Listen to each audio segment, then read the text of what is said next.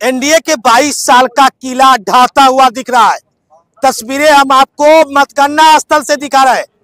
तिरहुत स्नातक एमएलसी उपचुनाव के वोटों की प्रथम वरीयता की वोटों की गिनती समाप्त हो गई है और हम अभी हमारे साथ जो लीड कर रहे हैं प्रथम वरीयता में करीबन 11,000 समथिंग वोटों से आगे चल रहा है शिक्षक नेता बंशीधर ब्रजवासी। वो वही शिक्षक नेता है जिन्होंने के पाठक जैसे आईएएस से चुनौती यानी कि कह सकते हैं लोहा लेने का काम किया था और इसे बर्खास्त भी कर दिया गया, नौकरी से हाथ गवा चुके हैं। हालांकि मामला कोर्ट में चल रहा है, लेकिन यह जनादेश एक सरकार को एक प्रकार से चेतावनी है। जिस तरह से उनके अधिकारी ने शिक्षकों पर जबरन कई ऐसे कानून बनाए जिससे शिक्षक आक्रोशित हो गए, भड़क गए हैं और यही भड़काव इस चुनाव में साफ तौर पर वोटों की गिनती के सारे राउंड में देखने को मिला। हमारे साथ शिक्षक नेता बंशीधर ब्रजवासी है। पहले शिक्षक थे, अब तो शिक्षक से आप तो नेता हो गए हैं, एमएलसी चुनावी मैदान में उतरे हैं और प्रथम वरीयता में लीड पाए हैं। प्रथम वरीयता यानी कि सबसे लोकप्रिय वोट जो होता है वो प्रथम वरीयता होता है एमएलसी चुनाव में, वो आप उसमें लीड किए हैं। भले चुनाव का नतीजा आगे द्वितीय वरीयता में जो आए, लेकिन प्रथम वरीयता लोकप्रियता तो मिली है। क्या रही लोकप्रियता का कारण? बस हम तो संघर्ष के लिए जाने जाते हैं। मुझे लोग केवल और केवल जानते हैं संघर्ष के लिए, आंदोलन के लिए। अपने हम जिस समाज को लीड करते रहे उस समाज के हक हुकूक अधिकारों की लड़ाई के लिए लोग मुझे जानते हैं। तो हमारी पहचान वहाँ से मिली है। और आपने जो बात कही कि पहले शिक्षक थे अब नेता हो गए हैं, तो आप विश्वास करिए नेता बनने के बाद भी मैं स्कूलों में जाकर पढ़ाऊँगा। नहीं, तो आप तो सरकारी में नहीं ना पढ़ा पाइए। क्यों नहीं पढ़ाएंगे? अब ठीक है, वो मेरा कोई रूटीन नहीं होगा, लेकिन बच्चों से वही जुड़ाव रहेगा। अपने अंदर के शिक्षक को मैं ख़त्म नहीं करने जा रहा हूँ और शिक्षक से बड़ा कोई नेता नहीं होता है।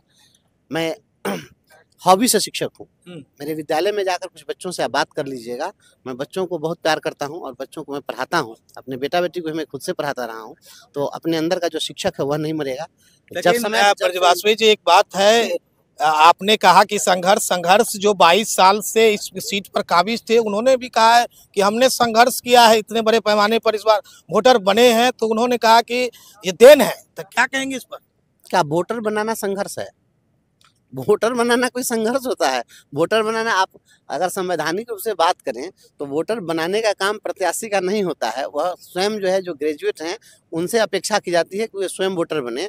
तो यह जो कहा जाता है कि हमने वोटर बनाया है, तो ये तो अतिक्रमण है, या तो नियम नियमावली का अतिक्रमण है। विपक्षी पार्टी को छोड़कर बाकी सारे प्रत्याशियों को कहा था कि मेरे अंगने में तेरा क्या काम है, यानी कि साफ तौर पर निर्दलीय और नए पार्टी वाले को उन्होंने साफ तौर पर कहा था। इसके साथ ही उन्होंने चुनावी मंच से ये भी कहा था कि टाइगर अभी जिंदा है।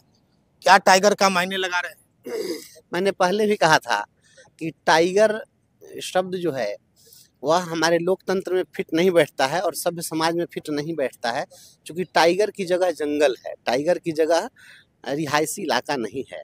और जहाँ पर मानव बस्तियाँ हैं वहाँ पर टाइगर को कोई जगह नहीं मिलती है। जिसने भी टाइगर शब्द का प्रयोग किसी के लिए किया है, मैं समझता हूँ कि वो अनुपयुक्त शब्द है, ये अच्छी बात नहीं है। टाइगर नहीं। लेकिन कैसे देख रहे हैं इस चुनाव को? इस बार जमीनी स्तर पर दिखा है। जो चुनाव जिस तरह से पहले होते थे, इस बार जो जितने उत्साह और जितने मतदाता और जितने लोगों की जानकारी हुई, निचले तबके, मतलब पहले जिस लोगों को जानकारी नहीं होती थी, इस बार उन लोगों को भी जानकारी हुई कि स्नातक एमएलसी का चुनाव भी हो रहा है। हमारी एंट्री थी शिक्षक, जब किसी भी समाज में जब शिक्षकों की एंट्री हो जाएगी तो चूंकि एक बड़ा संवर्ग है और सभी लोगों से कनेक्टेड है। जितने भी वोटर बनाने का काम पहले से और भी जो चलता है आपको विधानसभा लोकसभा में, तो उसमें शिक्षक ही अधिकांश बीएलओ का काम करते हैं। तो मतदाता बनाने का काम तो हमेशा शिक्षक करते रहे और शिक्षक को इसलिए जिम्मेवारी दी जाती है क्योंकि शिक्षकों की कनेक्टिविटी रहती है लोगों के साथ। समाज से ताल्लुकात सबसे ज़्यादा किसी का है तो शिक्षकों से है। तो स्वाभाविक है कि जब शिक्षक जब उतरेंगे चुनाव के मैदान में, तो इस बार तो कम हुआ है, क्योंकि मुझे जब बर्खास्त किया गया तो 27 तारीख को बर्खास्तगी का पत्र मिला था और 29 तारीख से फॉर्म जमा करने का काउंटर खुला था। तो जब सारे प्रत्याशी फॉर्म वसूल कर जमा करा रहे थे, अब ये भी आरोप लगा रहे थे कि मेरे वोटरों का नाम नहीं जोड़ा जा रहा है। हमने कहा ना उस समय जो खेल हुआ आपके सामने हुआ है ना, अंतिम समय में 2 दिन में 51,000 फॉर्म जो है जोड़ा गया।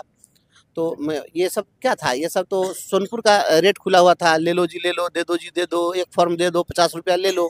तो ये जो चल रहा था, तो ये इस तरीके से, इसी कारण से नहीं सब परिणाम आया, ये सब ऐसा।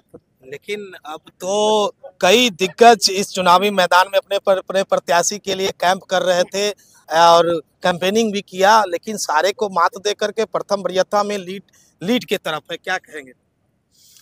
देखिए, लोकतंत्र में कोई दिग्गज नहीं होता है, लोकतंत्र में लोक सर्वोपरि है। बड़े नेता लोग यहाँ इंदिरा गांधी की सत्ता चली जाती है इस देश में प्रधानमंत्री रहते हुए। इंदिरा गांधी के ऊपर 1975 में जब इलाहाबाद हाई कोर्ट ने फैसला सुनाया था, तो उनको 6 साल तक चुनाव लड़ने पर बैन कर दिया था, जब प्रधानमंत्री थी उस समय में। और वह अपील में जब सुप्रीम कोर्ट गई थी, तो सुप्रीम कोर्ट ने उस फैसले पर मुहर लगा दिया था और इंदिरा गांधी पदच्युत होना पड़ा था।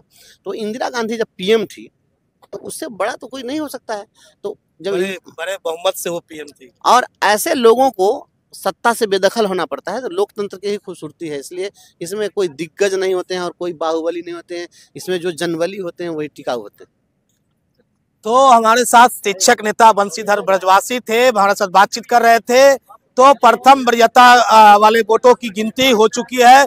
तिरहुत स्नातक एमएलसी उपचुनाव के वोटों की गिनती जो है, प्रथम वरीयता में जीत हार का आंकड़ा जो है वो जीत का आंकड़ा नहीं पार कर पाते, किसी प्रत्याशी जीत के आंकड़े तक नहीं पहुंचे, जिसके कारण द्वितीय वरीयता की अब गिनती होगी। लगातार कल सुबह 8 बजे से जो मतगणना कार्य शुरू हुआ और देर शाम से वोटों की गिनती शुरू हुई, लगातार रात्रि में भी वोटों की गिनती जारी थी। 3 से 4 बजे के करीब में 5वें राउंड की गिनती हुई थी, वहीं 6ठे राउंड की गिनती करीबन 5 साढ़े 4 बजे के बीच में हुई थी। लगातार के मतगणना का कार्य लगातार जारी है। अभी जीत हार का श्रेय नहीं हुआ है, लेकिन प्रथम वरीयता में लीड कर चुके हैं बंशीधर ब्रजवासी। द्वितीय वरीयता में ही जीत हार का फैसला होगा और किसके सर पर सजेगा ताज, देखना होगा और कौन होंगे बेताज। 22 साल का किला ढह जाएगा या फिर जदयू दूसरे वरीयता में मार सकती है बाजी, ये भी देखना दिलचस्प होगा। लेकिन फिर एक बार आपको अपडेट देते कि बंशीधर ब्रजवासी प्रथम वरीयता में लगातार आगे चल रहे थे और अंतिम तक आगे रहे। इसके साथ ही दूसरे नंबर पर बात करें तो हर राउंड में दूसरे नंबर पर जनसुराज के प्रत्याशी विनायक गौतम डॉक्टर है, चर्चित डॉक्टर है, वो दूसरे नंबर पर बने रहे। और तीसरे नंबर पर राजद समर्थित प्रत्याशी गोपी किशन भी लगातार हर राउंड में तीसरे नंबर पर ही रहे। चौथे नंबर की बात करें तो सत्ताधारी दल के प्रत्याशी, यानी कि सीधा कहे तो बिहार के मुखिया नीतीश कुमार के प्रदेश के प्रवक्ता, जनता दल यूनाइटेड के प्रत्याशी अभिषेक झा चुनावी मैदान में थे। वो चौथे नंबर पर हर राउंड में, पहले राउंड से जब गिनती हुई अंतिम राउंड तक चौथे नंबर में रहे। प्रथम वरीयता देने वाले मतदाताओं ने उन्हें 1, 2, 3 किसी भी अंक में नहीं छोड़ा, यानी कि खेल से पूरी तरह से उन्हें बाहर कर दिया।